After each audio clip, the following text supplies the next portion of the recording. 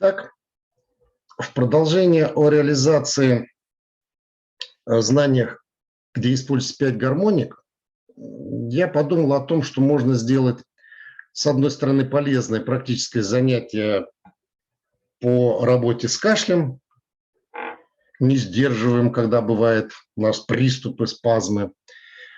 А одновременно с этим я отрабатываю момент развития чувствительности, прежде всего тактильной, а как следствие рассчитываю на то, что человек интуитивно тоже будет понимать, о чем я говорю. Итак, наша картиночка. Я выбрал две картиночки. Это саму область горла, где видно прежде всего разнонаправленность мышечных волокон, мышечных связей. И вторую важную картиночку – это то, что сзади вдоль позвоночника на расстоянии, буквально на расстоянии 1,5–2 пальца проходит у нас две ветви меридиана мочевого пузыря. На второй картиночке нам имеет смысл обратить внимание, что эти точки расположены на уровне первого грудного позвонка. Вот мы здесь видим надписи С2, С4, С5, С7. Это называется шейные позвонки. То есть ниже 7-го шейного позвонка расположен торацко-1, первый грудной позвонок. Здесь очень удобно ориентироваться, потому что 7-й шейный позвонок у нас самый выступающий. И если мы наклоним голову вперед, подбородочек коснется у нас грудины, и мы рукой потрогаем выступы позвонков, то мы в конце концов сможем выделить, что один из позвонков наиболее крупный, наиболее мощный, и это и есть 7-й шейный позвонок. Зачастую у людей в возрасте там образуется горбик, даже есть название вдовий горбик.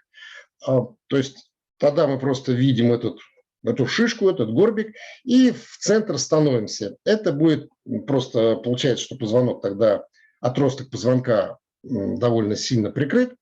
Итак, мы довольно легко можем найти 7-й шейный позвонок, понимая, что он самый выступающий. Спускаемся чуть-чуть ниже и видим следующий остистый отросток. Это является первый грудной позвонок. После этого мы можем от первого грудного позвонка отойти на расстояние 3 пальцев влево, на расстояние 3 пальцев вправо. То есть буквально отступить влево и вправо. Это у нас расположение точек. Что касается точки В11, точка расположена на самом длинном меридиане мочевого пузыря и является транспортной точкой энергии к легким. Теперь вернемся к горлу. Тот, кто проходил модули базовые, тот прекрасно знает, что такое снежинка. То есть, грубо говоря, если мы будем прикладывать руку к горлу, то мы можем подвигать руку вверх, мы можем подвигать руку вправо-влево, мы можем подвигать руку по одной диагонали и по 90 градусов по другой диагонали. Я называю это снежинкой. Таким образом мы перекрываем, не понимая анатомии мышц, мы перекрываем действительно и длинные мышцы, и короткие мышцы в области горла. Почему еще я выбрал эту картиночку? Потому что здесь очень хорошо видно, что проходит трахея. Вот видно, такая трубочка проходит за этими мышцами. Плюс ко всему я еще выбрал эту картинку, потому что здесь видно, что расположена щитовидная железа и, соответственно, паращитовидная железа справа-слева. Я этим хотел как бы подчеркнуть значимость этого сегмента. Понятно, что мы уже говорим о шейном сегменте, это нижний грудной, верхний грудной отдел. И здесь я как бы подчеркиваю этаж.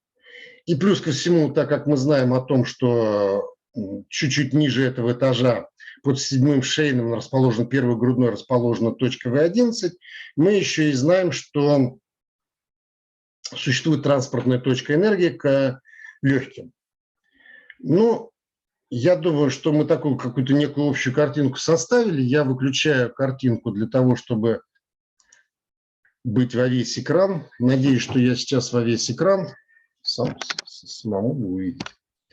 Итак, вдруг у нас наступает неимоверный кашель в самый неподходящий момент. Мы начинаем сдерживать себя, и тот, кто это хоть раз испытывал, замечал, что чем больше он сдерживает, тем еще больше хочется кашлять. Для меня здесь происходит дополнительное напряжение окружающих структур, и, соответственно, человек начинает еще больше кашлять. Он лихорадочно пытается, если вдруг у него есть конфетка, начинает сосать. Тоже правильно, тоже хорошо, потому что сглатывающие движения будут приводить в баланс окружающей ткани. Может быть, тот, кого когда-либо настигал этот неимоверный кашель, замечал, что даже если порой прокашляться, прокашляться, то вполне возможно, что он замечал, что, может быть, еще и остановится. Но не факт.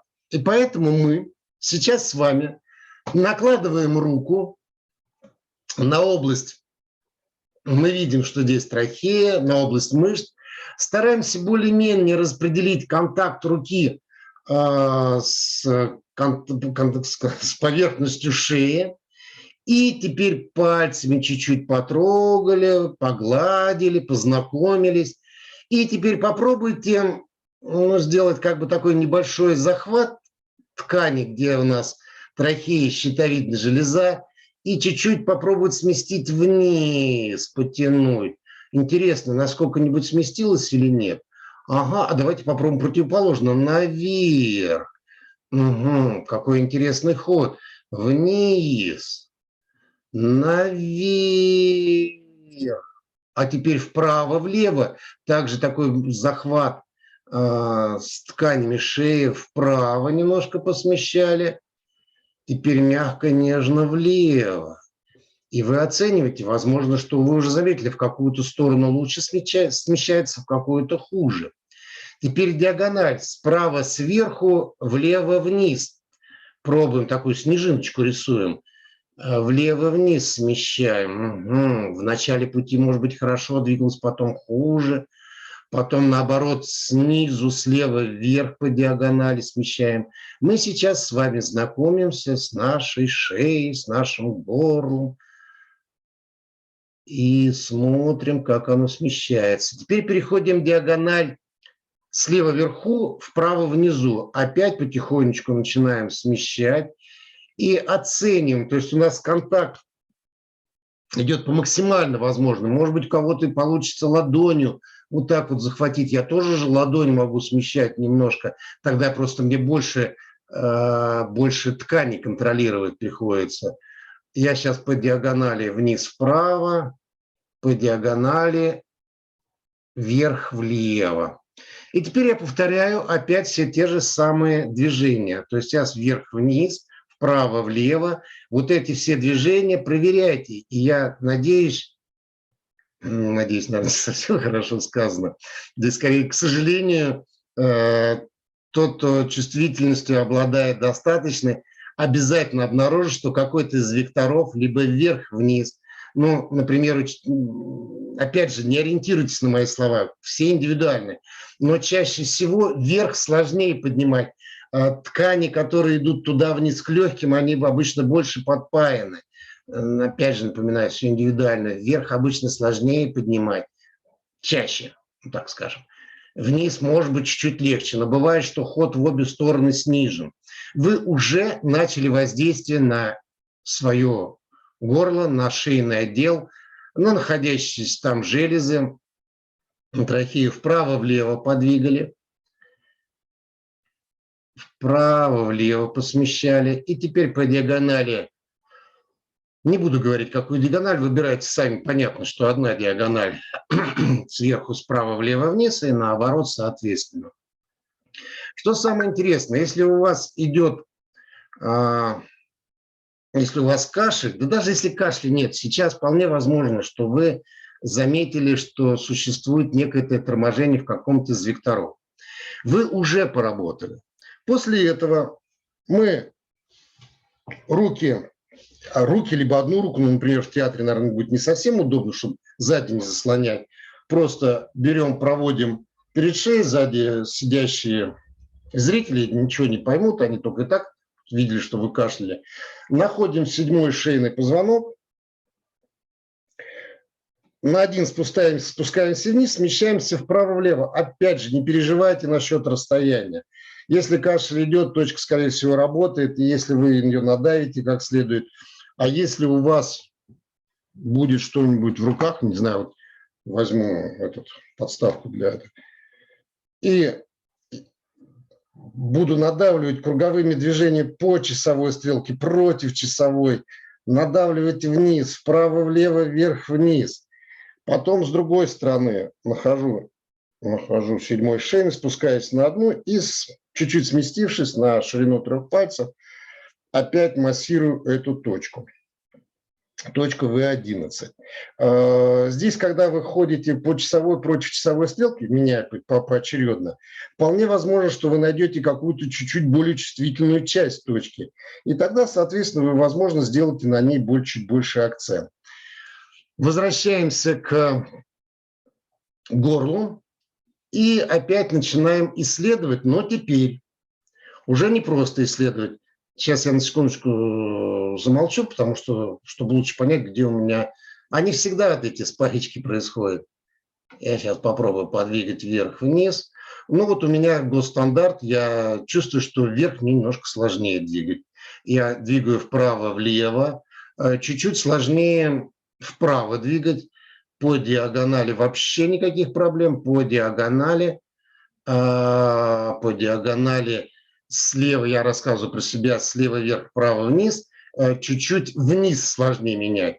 Итак, я заметил, что сверху у меня слева вниз и слева вправо сложнее. Я решил, что накладываю примерно на этот вектор, накладываю на вот эти края снежинки слева верхом и слева сбоку пальцы и тяну сначала влево, влево, влево. То есть я уже работаю мягко. Не передавите себе горло, не передавите другому горло, кого спасаете. Вот и когда тяну, очень долго тяну, и вдруг в какой-то момент должно наступить такое расслабление, и мы прям почувствуем, как будто рука сместилась дальше. Вот. У меня это произошло. Теперь я делаю акцент сверху, слева вниз. У меня это произошло. Почему я это сделал? Ну, потому что, напомню, что я считаю, что вот у меня так это чаще снизу вверх сложнее, поэтому я решил то, что для меня обычно более легкое. Теперь я делаю такой захват, какой мне угодно. Это произвольный захват с использованием площадки пальцев, с использованием захвата с 2 сторон трахеи, гортани.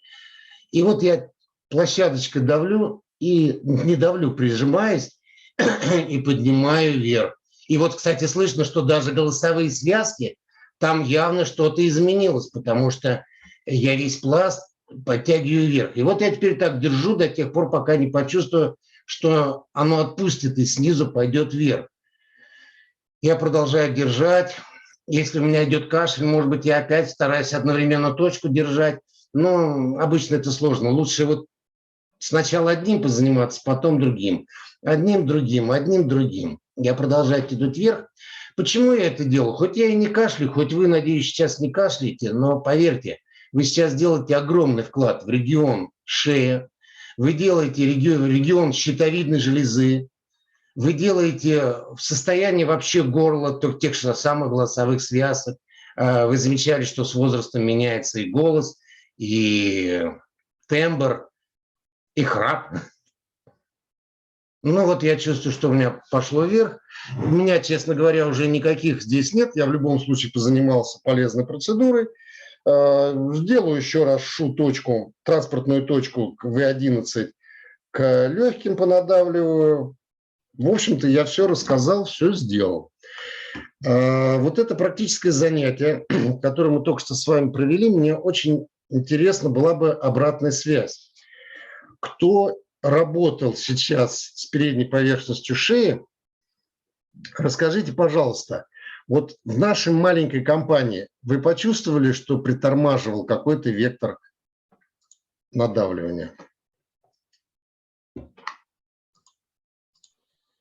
Ну, я, наверное, пока не настолько чувствительна, потому что, наверное, саму область наложения рук на переднюю часть, если на спине понятно, то от седьмого шейного, первой грудной их прочувствую, ну, чувствуешь, да, и как бы более точно можешь понять, что ты пальцами нажимаешь, то здесь я не совсем, наверное, может быть, поняла, правильно ли я надавливаю на ту точку, на которую надо. Но так поняла, что указательным пальцем, да, я делаю надавливание и стараюсь сдвинуть мышцы передние, задние, передние, да, вверх-вниз, ну, как мы делали снежинку, вправо-влево и по диагонали, да. Совершенно, совершенно верно. Прям Совершенно. вот куда положить руку вот поточнее на именно переднюю часть.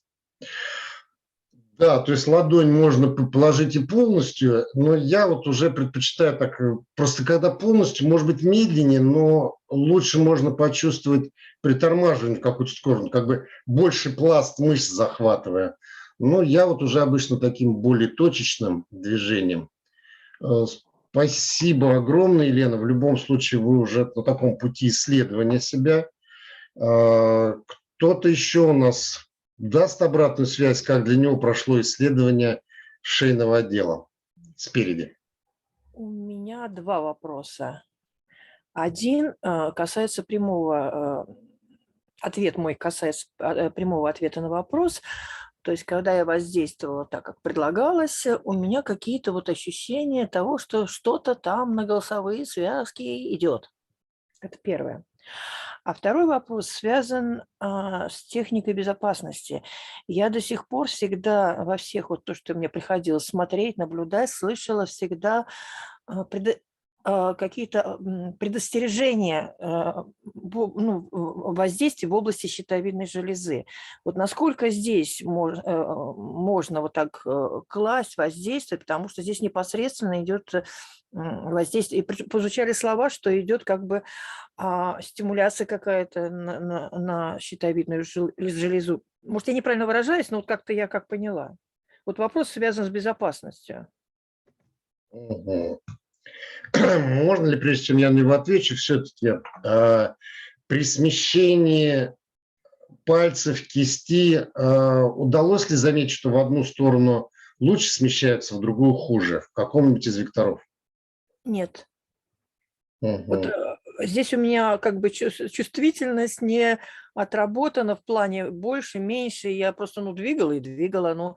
А связок были. Мгм. Такое отдаленное ощущение внутри. Для меня, конечно же, повторюсь, это идет в записи, для меня, повторюсь, важнее ощущение вот этих вот контакта ладони. Ну, у меня, честно говоря, такой онлайн первый раз эксперимент попытки передать знания. Лишний раз я, конечно, напрягаюсь и думаю, все же я за офлайн. Потому что вот это я называю, почему базовый модуль? Потому что нужно поставить руку. Когда я руку поставил, я уже спокоен. Вот. Я понимаю, что Алексей за рулем. Не, подождите, сейчас сначала Ирина отвечу на вопрос. Итак, самое главное – это дома, когда будете тренироваться, то послушайте эту чувствительность. Как только заметите, что какой-то из векторов хуже тянется, это будет уже ответ насчет безопасности. Потому что если делать, я, конечно, понимаю, что и вилкой, которой безопасно кушать, но можно навредить, сделать дырки. Но если здесь работать мягко, нежно, то наоборот, как только появятся вот эти ощущения заторможенности с движения ткани, смещения ткани, это будет говорить о том, что вы восстанавливаете подвижность ткани. Движение – это жизнь, это касается не только того, что надо, не знаю, почему слова Леонтьева, все бегут, бегут, бегут, а он им светит. Это не только то, что бежать, не только то, что двигаться, все наши ткани обязаны двигаться. То есть безопасность не делать выхватывающих движений, а так та же самая, я специально сакцентировал, улучшение функционирования щитовидной железы будет гарантировано. Более того, надо всегда думать о том, что щитовидная железа шеи является частью всего организма, и тут мы переходим опять к словосологии. Удалось ли мне ответить на вопрос? В принципе, да, я поняла, что если это подходить осторожно, именно так, как вот имея в виду вот эти движения, то для щитовидной железы это польза. Великая. Вот. Всем А так, я слышала постоянное предостережение, осторожно, щитовидная железа.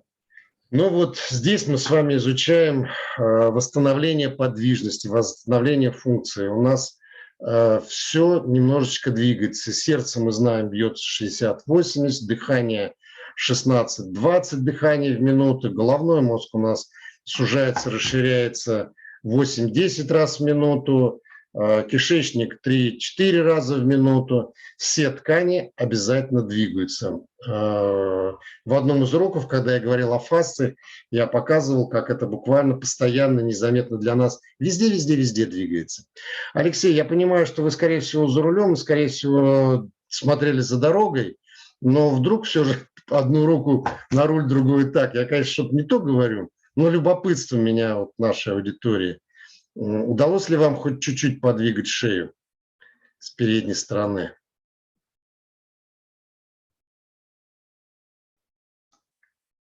Угу. Ну, хорошо. Алексей за рулем, если вдруг он будет иметь возможность, он ставит свои 2 слова. Ну, вот спасибо вам большое. Я сам, спасибо, Елена, спасибо, Ирина.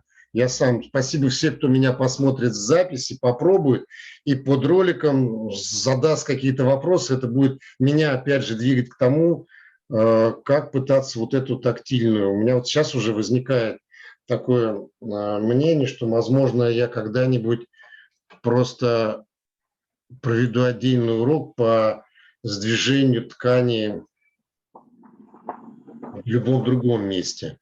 Может быть, это мы потренируемся. Есть места... А можно еще вопросик? Вот Что? ночью, когда спишь, и вот этот кашель, который настигает тебя ночью, и может длиться несколько минут, то же самое мы применяем, да? Елена, спасибо. Я буду ждать от вас отзыва. Прям можете звонить на телефон. Буду телеграм писать куда-то. Конечно. Конечно. Причем лежа это даже будет удобнее. Никто не дергает. Ни на кого смотреть не надо. Если вдруг это у вас будет, обязательно. Першение всевозможные в горле, дискомфорта. Спасибо. А тогда другой вопрос еще. Поскольку этот кашель возникает из-за каких-то все-таки процессов патологичных в горле, есть ли какие-то приемы, которые вот не тактильным? Вот сейчас было рассказано о том, как срочно убрать в театре, в гостях или на публике.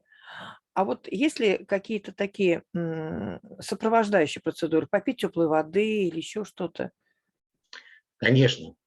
На самом деле, чего бы это ни касалось, мы всегда будем помнить про устройство. И когда мы накладывали руку, мы работали с устройством. Когда мы накладывали на точки, мы работали с энергетикой. Безусловно, конечно, глотать леденец, мяту, попить водичку, психологически настроен, начать дышать как-то. Все это можно усложнять. Но я специально сейчас дал вот самое простое, чтобы мне повысить, чтобы я попытался онлайн повысить чувствительность и добавил это с сильным воздействием на очень важную точку для легких. А так, конечно, все остальное никто не убирает. Хорошо, а тогда такой еще вопрос смежный. Часто кашель возникает в сопровождении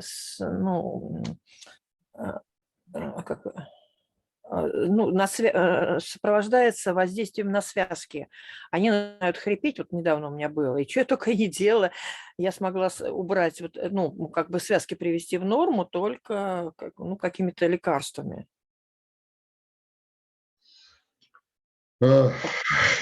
Великолепные все вопросы. Здесь уже мы скорее начинаем думать об индивидуальном ведении, то, что мы говорили, что персонализация ведения. Что я могу сказать? Что, конечно же, если уж мы так вот затрагиваем кашель, я обожаю прополис. Я обожаю аквапрополис, водорастворимая форма прополиса. Я считаю, что должна быть просто у каждого как аптечка. Она и обезболивает, и питает. Это очень такое интересное вещество, прополис. На всякий случай, кто не знает, прополис – это продукт производства пчел. Что касается всевозможных других методов, ну вот я считаю, что конструктивно по устройству мы очень хорошо проработали сейчас, накладывая руку. Энергетику мы точно полностью сделали. Биохимию, ну тут бесконечно можно рассуждать, и, в общем-то, фармакологию тоже никто не отменял. Да, работаем, исследуем себя, находим. Что-то у меня еще прям вопрос за вопросом. А если мы воздействуем на точку, таким образом это я предполагаю, я не знаю ответа на это, мы можем каким-то образом стимулировать выработку внутри веществ, которые помогут вот именно с точки зрения биохимии. Вот насколько мое предположение верное? Ну, оно наверняка верно. Я бы здесь, правда, на этом не зацикливался. Для меня все-таки позиция энергетики – это воздействие на точки как составляющие меридианов. И энергетика, я если больше с биохимией перекликаю, то я больше перекликаюсь с замечательным таким словом митохондрия. То есть это энергия, та, которая вырабатывается, потому что с позиции китайской медицины любые проблемы – это энергетические блоки. И митохондрия для меня реализатор этих процессов. Но, в принципе, это бесконечно, потому что биохимия, у меня такое слово есть, каскад биохимических реакций. Я убежден, что никто никогда не будет до конца точно знать. Человек для меня все же творение Бога, и мы никогда не узнаем всех процессов до конца. Почему я и стою на вот этом социологическом подходе, персональное тестирование пульс хрона по 5 гармоникам, не останавливаясь на каких-то конкретных болезнях. И только когда уже с кем-то работаешь или вот такой какой-то симптом, я готов разбирать. Но для меня это преследует другую цель – развитие чувствительности индивидуальной. Я задала этот вопрос в связи с таким для меня новым понятием, которое вот в этой школе будет, как ресурсность. А ресурсность, насколько я поняла, если правильно поняла, это предполагает некие возможности организма самого вырабатывать какие-то вещества внутри себя. И наверняка какие-то… Я прям с удовольствием применю европейский термин европейской медицины – саногенез. Саногенез – это возможности тканей восстанавливать. И мы можем помогать через устройство, вот как мы сегодня, через энергетику, как сегодня, и все остальное, прополисы, дыхание, психику. Саногенез. Мы действительно всегда помним о том, что саногенез, никто никогда не узнает эти возможности саногенеза. Это ресурс, да. Да. Но, тем не менее, так сказать, как бы исследования идут, какие-то замечаем и так далее. Вот какие-то вот взаимосвязи между, так сказать, куда нажал, и вдруг у тебя там биохимия изменилась, какие-то эти гормоны стали другие вырабатываться чуть-чуть. То есть вот это вот для меня, вот когда я слушаю школу, это связано с тем, что у организма есть, вот как сейчас поправлено было, какие-то даже неисследованные возможности, но тем не менее… Все институты мира, которые существуют, мы умножаем в геометрической прогрессии еще на много институтов, которые когда-нибудь будут, я уверен, до конца не исследуют. Именно поэтому 5 гармоник, слово «нажал» и «включилось» для меня может быть, но я считаю в сочетании с другим. Восстановил подвижность, восстановил дыхание, подумал о нутрициологии, сделал позитивный настрой. 5 гармоник. И мозги на место встали, так? Совершенно верно. Совершенно верно. Поставить максимально, насколько возможно, мозги. Кстати, очень сложно. Ну что, огромное спасибо всем. Тут я уже прям вижу, что секунды двигаются. Мы не будем ждать, когда нас прервут. Мы остановим сами запись.